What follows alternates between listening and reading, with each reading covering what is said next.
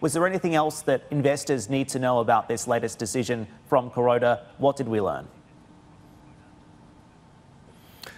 Well, a lot of people are calling it a tweak, but it's a pretty big tweak, and we have to realize that it does add more flexibility. So interest rates could rise a bit more than people had been expecting previously, at least on the long term end.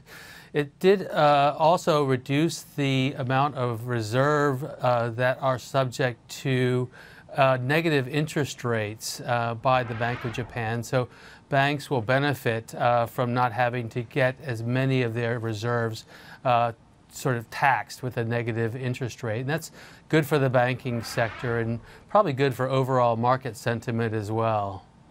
So, John, the most important question for investors this morning, I think, is this. How are these modest tweaks going to impact the Japanese economy? Have you got a view? Well, they're probably not going to impact the economy much, but they might impact sentiment in terms of investing in stocks and bonds and the foreign exchange markets.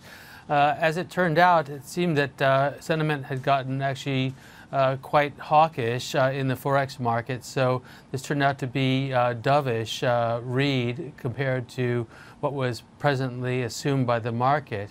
For the stock market, it was a mixed bag overnight. The fact that interest rates fell for bonds meant that the bank shares did go down, but I think that could be quite temporary, and we expect long bond yields to rise up towards that 20 basis point maximum target in the next quarter or two, which should help banks. Still watching? Perfect. Click here to watch another great video from CNBC International. Oh, and don't forget to subscribe. Thanks for watching.